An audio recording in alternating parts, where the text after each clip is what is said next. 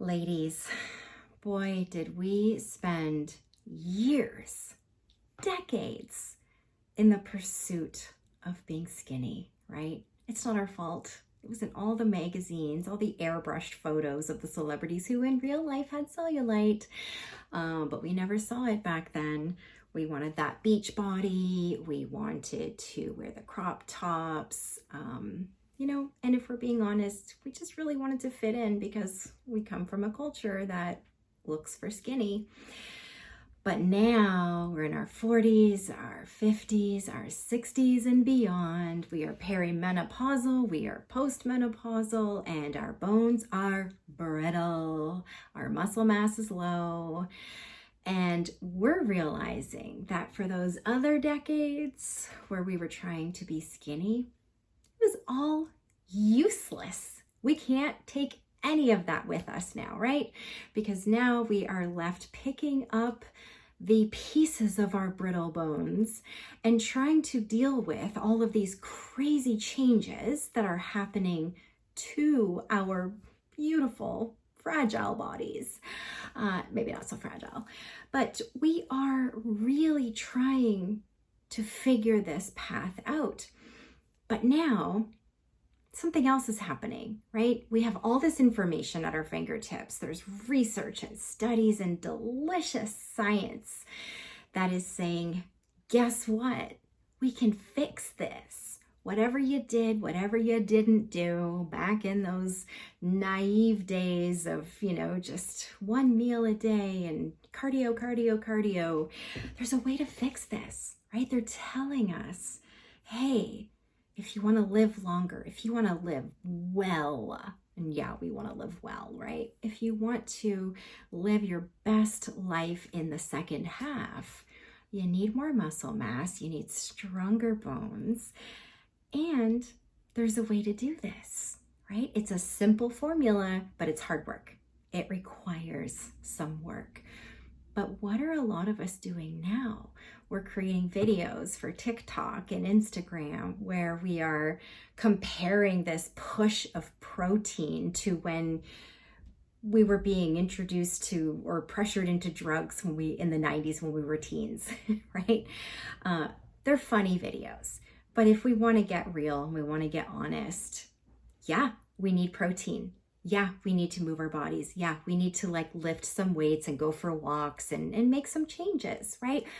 But if that feels like it's too much and just too unattainable, too hard, you're probably listening to the wrong people because it's not that hard, right? We're talking about, the hundreds of grams of protein a day.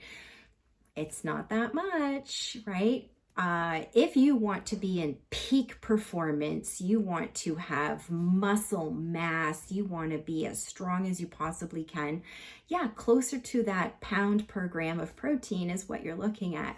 But for a lot of people, they just want to be in great health, right? And be strong. And the number that you need to fit into your equation is likely a bit lower because if we're going by the metric system, which a lot of science does, we're measuring kilograms of our body weight to the grams of protein and then doing the conversion. It's not necessarily pound per gram, right? So there's a whole range that goes in there depending on your activity level, depending on what your health and fitness goals are. So it's not as big and as difficult and as complicated as the internet will have you believe, because boy, we're scared. There's some scary stuff out there. And yeah, it feels a little easier to just kind of sit on the couch and binge Netflix than tackle all the protein. It took me some time. It took me some time to figure it out. I practiced. I did everything to build the habit around it. Small steps. And now, I'm reaching my protein goals. It has gotten significantly easier to do so. Am I having brand new, unique, creative, different meals every day of the week? No, I'm repeating a lot of stuff, and that's okay because I'm just making sure that I'm getting what my body needs. And sometimes in amongst all of that, I'm having a cookie or, I'm having something that is not so high in protein or high in nutrients. Sometimes that's the caveat. Anyway, we need to go into this era as warriors, and it's going to take a little bit of work. That's it. That's the bottom line. There's no way to get this from running from protein metaphorically while we are sitting on the couch. It's just not going to happen. And ladies, we've got enough going on with these hormones, or the lack of, and all of the side effects that come with that.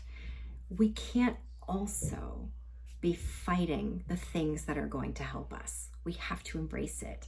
And it's just little baby steps. That's all it is. And it's going to help us live longer and stronger. And if we slip off a curb, we're not going to break an ankle, or we're even potentially going to catch ourselves before we fall.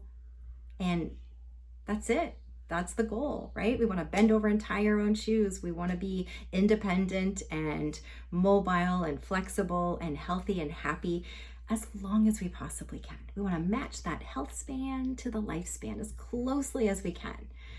Because to me personally, the only thing worse than me dying young is me living a long time unwell, unhealthy, in pain, just chronically suffering. Anyway, that is my unscripted for the day. Hope you take something from it. Have a good one.